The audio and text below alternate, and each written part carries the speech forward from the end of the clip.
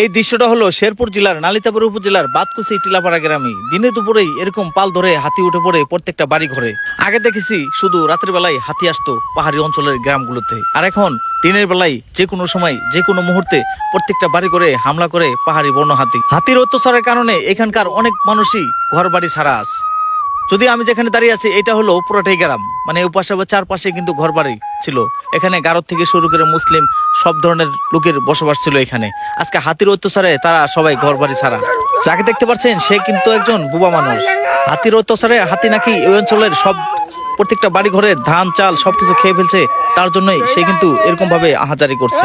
উনি কিন্তু বলছে, হ্যাঁ আল্লাহ, এই গ্রাম থেকে এই পাহাড়ি এত বড় বড় হাতিগুলো এই গ্রাম থেকে নিয়ে যাও, না হলে এই গ্রামের মানুষগুলো থাকতে পারবে না। কিভাবে থাকবো এই গ্রামের মানুষগুলো? বাতকুচি টিলাপাড়া গ্রামে 25 থেকে 30টা ঘর ভাঙচুর করা হয়েছে একদম এই অঞ্চলের মানুষগুলোর। এই অঞ্চলের প্রত্যেকটা মানুষই কিন্তু খেটে খাওয়া মানুষ। সারাদিন হলে কাজে ব্যস্ততা থাকে, রাত হলে সে ঘরে থাকার জন্য একটু মাথা ঠাই নেয়, আর সেই ঘরে কিন্তু আজ হাতিয়ে ভেঙে চুরমার করে রেখে গেল। এই অঞ্চলের মানুষগুলো আসলেও দুঃখের কোনো শেষ নাই। দেখেন কত বড় বড় নেতায়িত হয়েছে এখানে। যদি দেখে এই বাড়ির ভিতরেও দেখেন কতগুলো হাতি।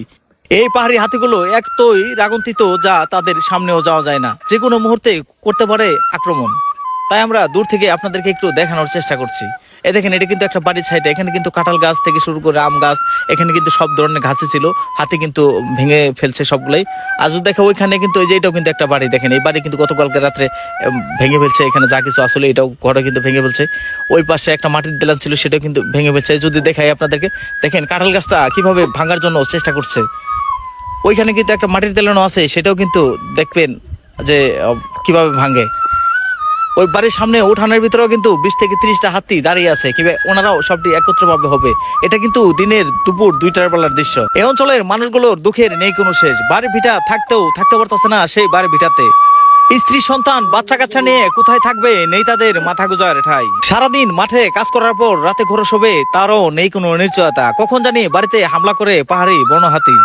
আমি যেখানে দাঁড়িয়ে আছি এটা শেরপুর জেলা নালিতাবাড়ী উপজেলা 1 নং পুরাগাঁও ইউনিয়নের বাতকুচি টিলাপাড়া গ্রামের। তো বাতকুচি গ্রামের তো টিলাপাড়া যে গ্রামটা বলে, টিলাপাড়া এমন একটা বাড়ি নাই যে সেই বাড়িতে হাতির আক্রমণ না করছে, হাতি ভাঙচুর না করেছে। আগে তো এই গ্রামে কিন্তু রাত হলে হাতি ঢুকতো, আর এখন কিন্তু রাত লাগে না। এখন কিন্তু দিনের বেলাও, দিনে নাই সকাল নাই, যে কোনো সময় কিন্তু হাতির আক্রমণ করে সেই বাড়িগুলোতে। এই অঞ্চলের মানুষগুলো আসলে তাদের কষ্টের কোনো শেষ নাই। দিন মানে কি বলবার, এমনিতেই মানে এই অঞ্চলের মানুষগুলো খেটে খাওয়া মানুষ।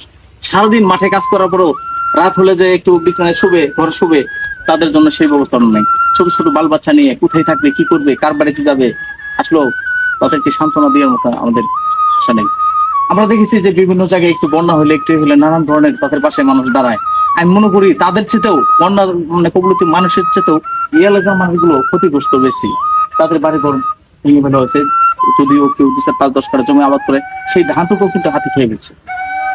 এই অঞ্চলের মানুষের কষ্টের কোনো শেষ নাই। আমি বলবো এলাকার মানুষের পাশে আমাদের প্রত্যেকটা মানুষের দাঁড়ানো দরকার, তাদের চোখের পানি মোছানো দরকার।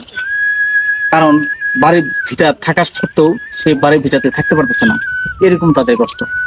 সবাই ভালো থাকবেন, পারলে তাদের পাশে একটু দাঁড়াবেন। ধন্যবাদ সবাইকে।